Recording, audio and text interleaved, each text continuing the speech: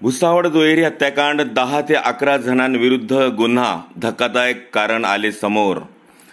भुसावळात 29 मे रोजी रात्री 9:30 वाजेच्या सुमारास अज्ञात हल्लेखोरांनी माजी नगरसेवक संतोष बारसे आणि सुनील राखुंडे यांच्यावर गोळीबार करत निर्घृण खून केला होता। या प्रकरणी 10 ते 11 जणांविरुद्ध गुन्हा दाखल करण्यात आला आहे। दरम्यान पोलिसांनी 2 ते 3 जणांना ताब्यात घेतले असल्याचे कळते।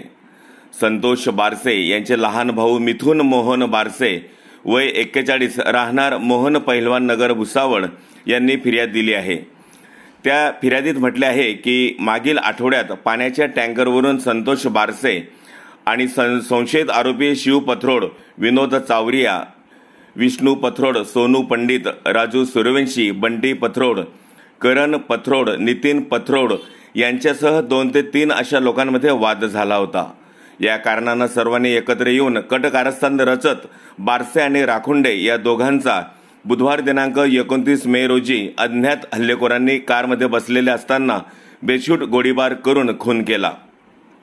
या प्रकरणी शिव पथरोड, विनोद चावरिया, विष्णू पथरोड, सोनू पंडित, राजू सूर्यवंशी, बंटी पथरोड, त्याचप्रमाणे करण पथरोड, नितीन पथरोड आणि आणखी 2 ते 3 जणांच्या विरुद्ध गुन्हा दाखल करण्यात आला आहे। पुढील तपास शहर पोलीस ठाण्याचे पोलीस निरीक्षक संदीप रणदिवे हे करीत आहेत।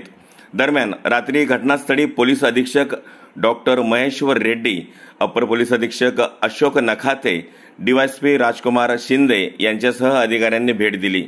सध्या भुसावळ शहरात तणावसदृश्य वातावरण दिसत आहे। या खुनाच्या घटनेची चर्चा सर्वत्र होताना दिसत आहे।